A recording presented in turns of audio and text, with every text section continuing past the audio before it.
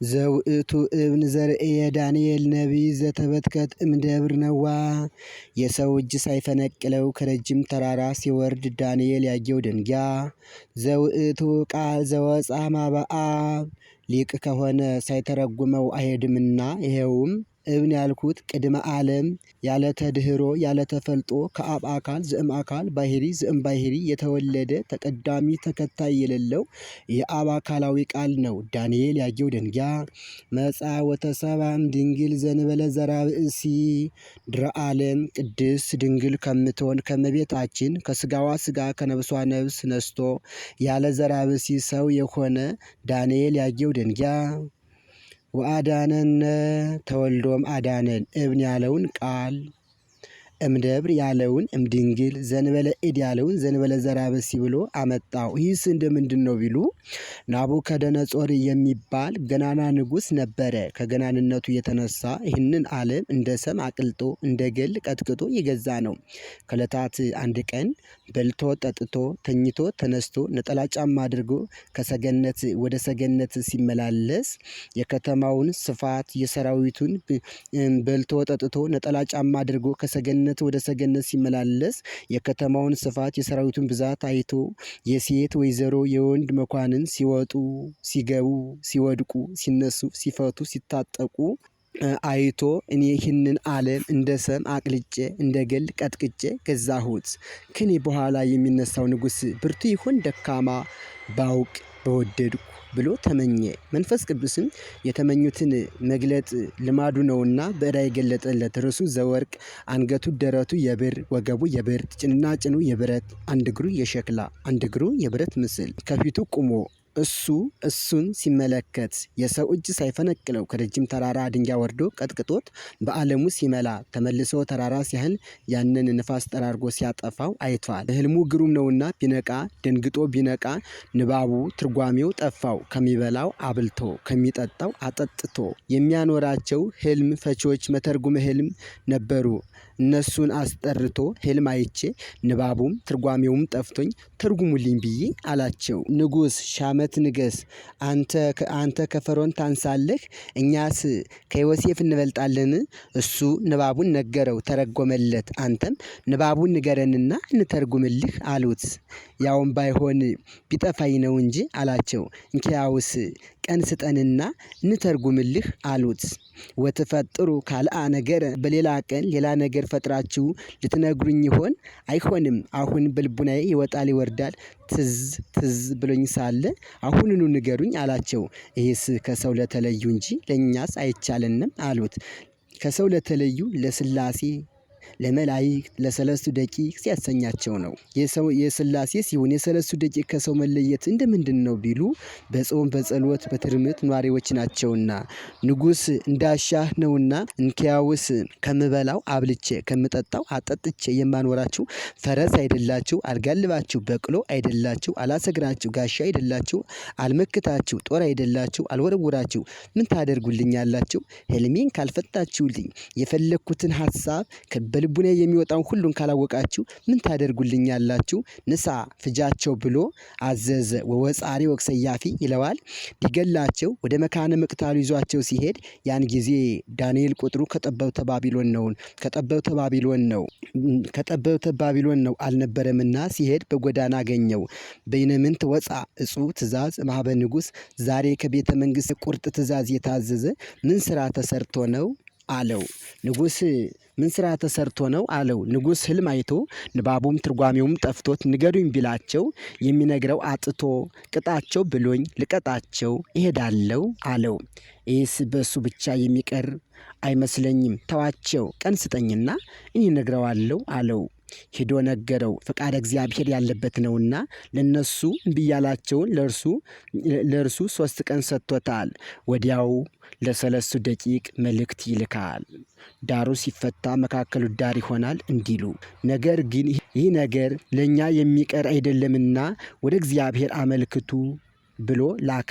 እርሱ ግን ዕለቱን ተገልጾለታል። ስለምን ቢሉ ጥሬ እንብላ ውሃ እንጠጣ በማለት ጸንቶ ይኖር ነበረና ዕለቱን ስለተገለጸለት ዕለቱን ወጥቼ ልሂድ አላለም። ስለ ትህትና 3 ቀን ተገልጾለታል። አንድም ለአብነት ዛሬ ሱባኤ የገባ ሰው ምንም ጊዜ ዕለቱን ራእይ ቢገለጽለት ሱባኤውን ፈጽሞ መውጣት እንደሚገባ ለማጠየቅ በ3ኛው ቀን ለሁላቸውም ተገልጾላቸዋል። ሄዶ ንገሩልኝ ሄዶ ከቤተ መንግስቱ ደጃፍ ቆሞ ሰራዊቶቹን ንገሩልኝ አላቸው።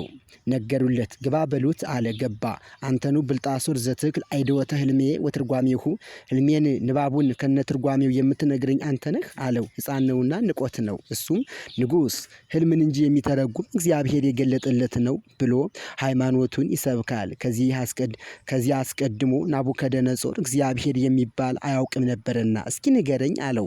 ከዕለታት አንድ ቀን በልተህ ጠጥተህ ተኝተህ ተነስተህ ከሰገነት ወደ ሰገነት ስትመላለስ የከተማውን ስፋት የሰራዊቱን ብዛት የሴት ወይዘሮ የወንድ መኳንን ሲወጡ ሲገቡ ሲወድቁ ሲነሱ ሲፈቱ ሲታጠቁ አይተህ እኔ ይህንን ዓለም እንደ ሰም አቅልጬ እንደ ግል ቀጥቅጬ ገዛሁት። ከኔ በኋላ የሚነሳው ንጉሥ ብርቱ ይሆን ደካማ ምን ነው ባውቅ በወደድኩ ብለህ ተመኘህ። መንፈስ ቅዱስም የተመኙትን መግለጽ ልማድ ነውና በራእይ ገለጸልህ። ርሱ ዘወርቅ አንገቱ ደረቱ የብር ወገቡ የብር ጭንና ጭኑ የብረት አንድ እግሩ የሸክላ አንድ እግሩ የብረት ምስል ከፊት ቆሞ አንተ እሱ አንተን ሲመለከት ከረጅም ተራራ የሰው እጅ ሳይፈነቅለው ድንጋይ ወርዶ ቀጥቅጦት ባለሙ ሲመላ ተመልሶ ተራራ ሲያህል ያንን ንፋስ ጠራርጎ ሲያጠፋው አላየህም አለው።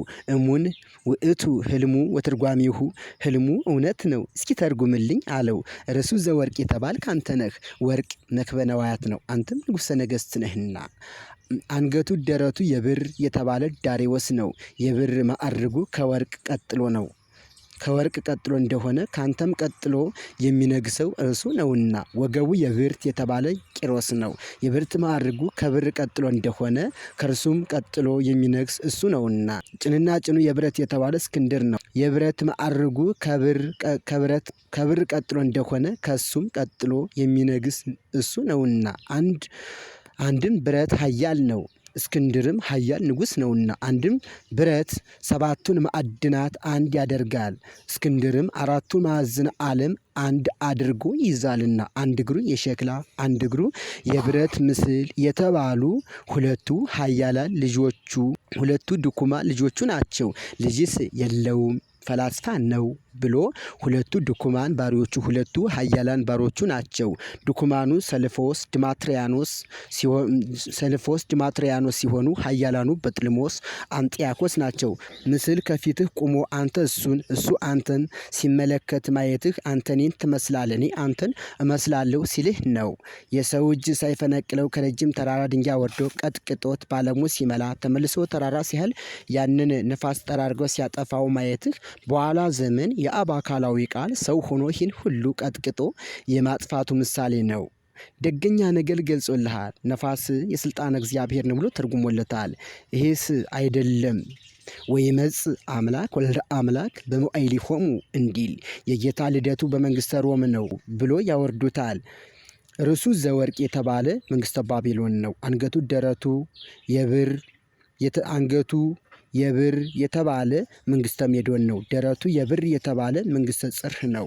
ጭንና ጭኑ የብረት የተባለ መንግስተ ሮም ቂሮስ ቄሳር ነው። አንድ እግሩ የሸክላ አንድ እግሩ የብረት ምስል የተባሉ ሄሮድስና ጲላጦስ ናቸው። የሰው እጅ ሳይፈነቅለው ከረጅም ተራራ ድንጋይ ወርዶ ቀጥቅጦት ባለሙ ሲመላ ተመልሶ ተራራ ሲያህል ያንን ነፋስ ጠራርጎ ሲያጠፋው ማየትህ በኋላ ዘመን ስጋ የባህሪ አምላክ ሆኖ ይህን ሁሉ ቀጥቅጦ የመግዛቱ ምሳሌ ነው።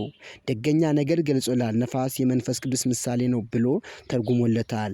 ይህንን መምህር ኤስድሮስ ግን ርሱ ዘወርቅ አንገቱ ደረቱ የብር የተባሉ በሶስቱ ዓለመ ሰማያት ያሉ መላእክት ናቸው። ጭንና ጭኑ የብረት አንድ እግሩ የሸክላ የሸክላ አንድ እግሩ የብረት ምስል የተባሉ በዚህ ዓለም ያሉ ንዑሳነ ሥጋ አጋንንትና ደቂቀ አዳም ናቸው። የሰው እጅ ሳይፈነቅለው ከረጅም ተራራ ድንጋይ ወርዶ ቀጥቅጦት በዓለሙ ሲመላ ተመልሶ ተራራ ሲያህል ያንን ነፋስ ጠራርጎ ሲያጠፋው ማየት በኋላ ዘመን ሥጋ የባሕርይ አምላክ ሰው ሆኖ ይህን ሁሉ አሳልፎ የመኖሩ ምሳሌ ደገኛ ነገር ገልጾላል። ነፋስ የመንፈስ ቅዱስ ምሳሌ ነው ብሎ ተርጉመውታል።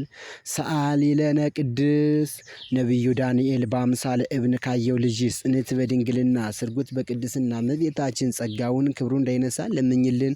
አእምሮውን ጥበቡን በልቡናችን ሳይብን አሳድሪልን።